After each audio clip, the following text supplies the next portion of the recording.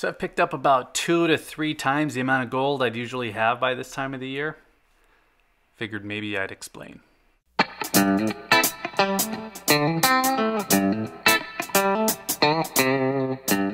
So one of the reasons I've been buying more gold than normal is that I took some profits out of Bitcoin. And maybe I should just stop right there because that's the story that people always like to hear, but it's not just a simple cause and effect like that. There's a little bit more to it than me just pulling out some Bitcoin profit and then buying my gold with it. I was already motivated to be buying gold anyway since the price of gold is down 17% since last August's highs. And I've been less motivated to buy Bitcoin since it feels less likely to, say, double my investment on any new capital that I put in. And the reason that I'd be looking for that 2x number with Bitcoin, but maybe not with gold, is that Bitcoin could also go to zero. And if an investment can go to zero and you can lose 100% of your capital, well, it should at least be able to easily double. I don't think that's too much to ask, but when you have Bitcoin at $55,000, doubling it would take it to 110, that's getting a little less likely. We'll just call it that. Now, that doesn't mean that I'm down on Bitcoin. It just means that I don't have blind faith in it. So like I said, I took just a little bit of profit, and then some of the money that I was previously allocating toward buying Bitcoin on a monthly basis, well, I put that into gold instead. And the reason that I'm bringing all this up is that the amount of hype floating around these days is just absolutely wild. If you try to learn about cryptocurrency, you get endless hype. Cryptocurrency is going to the moon. And to some extent, maybe it already has, maybe it already is 6x, 7x, 8x on an investment. That's not a normal thing, but the risk is being ignored. And it's not just crypto. Collectible cards are going crazy. NFTs are going crazy. Certain stocks are going crazy. And this past weekend, we even heard silver was going crazy. It didn't actually go crazy. It was just the people who were talking about it, well, they were the ones who had gone crazy. But the point is about the levels of hype on everything. You know what it reminds me of is the dot-com bubble. Now, I didn't have that much in the market at the time because I didn't really have enough real income. But what little I had in there felt like it couldn't lose. And everybody I knew who was investing, well, they were heavily investing because everything they were putting into the market on these new dot-com plays, well, those stocks were all going to the moon. So people went all in. And then all these people, myself included, well, they ended up holding the bag on all these magiccarpet.com stocks like pets.com. Now, I only ended up holding a very small bag because I wasn't earning enough at the time to really get much into the market, but I remember it well enough to feel like some of that is happening again right now. Now, I don't get off on that whole fear thing that seems to feed most of these YouTube channels, really makes them popular around here. But if the Bitcoin cycle dumps, I want to make sure that I have my capital back out of it. Hopefully I have as much of those profits as I can as well. And that's what I was trying to do. And I was trying to put some of that back into gold. Now, I still have a significant amount in Bitcoin and Ethereum. I've also just bought Cardano and I trade a little bit with some of the other altcoins. But I don't have a huge downside there. I'm trying to limit that exposure. I'm trying to play with house money as much as I can. And then I'm trying to make sure that I have as much into hard assets as I can, again, without going crazy. So what I keep seeing, though, is people getting on YouTube telling you that you need to be buying metals as your primary because the entire economy is going to crash, or the dollar is going to be worthless, and you're going to be penniless if you don't have those metals. That changes the entire strategy. Or if you have some kid on here trying to convince you that silver is going to shoot the moon and that's going to make you rich, well, that changes your strategy as well. And that means that either fear or fantasy is the baseline for what these people are trying to sell you, and it does not make any sense at all. Because if society does not collapse, if the dollar continues to be the world's reserve currency, or silver doesn't shoot the moon, well, at least you have the security of your metals, but you're still holding the bag on their price. So that's not my strategy. That's why I won't buy silver with high premiums. That's why I'm buying gold.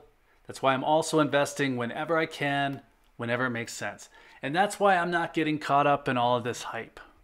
There's just too much bad information around here. Now, for the record, I understand a lot of people want absolutely nothing to do with cryptocurrency. It's totally fine. Some people aren't big on the stock market either. Also completely fine. I'm no financial advisor, and I'm not qualified to recommend any of those things, even if I was here to try to do that.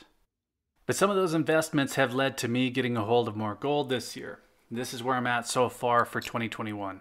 Now I'll explain this a little bit more as I go, but this is a lot for me personally. I plan to buy a ½ ounce per month regardless, and that would have put me at about 2 ounces at this point this year. So starting off the year, I got a hold of my 2 ½ ounce American Gold Eagles. I picked up a 1 ounce from a broker as well, and the premiums on all of these was actually pretty good. The premiums on the ½ ounce coins was 8%, and then on the 1 ounce it was 6%. And then I got a hold of these buffaloes. These varied. I can't tell you what I paid for each of them offhand, but so far so good. It was all American. Now, I grabbed another Britannia because the price was right. It was 5% premium. I don't know how you can beat that. It's a fantastic coin. I was happy about that one. And honestly, if that's all I had so far this year, I would have been very happy. But then I found the Swan. It was a coin that I kind of wanted last year. And I'd say this is the best looking gold coin that I have. And then it's probably followed by these Chinese myths and legends coins that are also from the Perth Mint. And as I'm setting them here, it's just, you know, it's just starting to feel silly. But so if I was to count these up, I've got 11 ounces here, so 12 coins. All right, this is a mess, but so, okay. If I hadn't done anything other than my original plan, I would have 4 1/2 ounce American Gold Eagles. So I'd have 2 ounces of gold. And then based on the profit that I pulled out of Bitcoin, I bought another 5 ounces. Again, it wasn't like I pulled that profit out and then I ran to the local coin shop later that afternoon, but I did pull out more than enough to cover that. So in my head, that's where those 5 ounces came from. And then those final 4. Well, if you're on the Discord server, you've seen me mention that any revenue related to the 2is1 channel goes into gold. And that's where the rest came from. And that's why I'll go off track from my top choices, and that's why sometimes I'm very strict about premiums and what I buy. And then the next week I'm out on a boulder in my backyard taking a hammer to an overpriced slab gold coin that took me like 3 weeks to locate. And that part, that's kind of weird to talk about, and I found that anytime I mention any income whatsoever, I'm always going to trigger at least one person watching. But that's what's going on behind the curtain, and it's going on with any of the larger channels in the community. So if it seems like they're buying more than you might normally guess they would be buying, well, I'm guessing they have a similar driver in play. These things require a lot of work. They make a little bit of money. They're certainly not making any, well, they're not making me rich. That's for sure. I probably get about minimum wage off this thing. So the point of this video was to explain why I'm picking up more gold than normal. And I think I did that. Maybe I even overshared a bit, but I think that ship sailed quite a while ago. I started this channel to try to help people with some tips on getting into gold, and I was doing that through things that I learned through both experience and mistakes. And now I guess it pays me enough to make some of those mistakes on purpose. So it's kind of a full circle. That's going to do it today. There have been a few points in starting this channel that I thought I needed to change things up, take it up a level, just make the whole thing better. I never really know what this might turn into, but I know that it gets old if it doesn't always improve. So if you have a minute to let me know what you think, I would really appreciate it. I know sometimes I don't give much more than a thanks, and sometimes you even stump me altogether, but I do try to reply to anyone who takes the time to comment here. I'll just say I really appreciate you doing it. So thank you again for all of it. I always appreciate your time. Take care.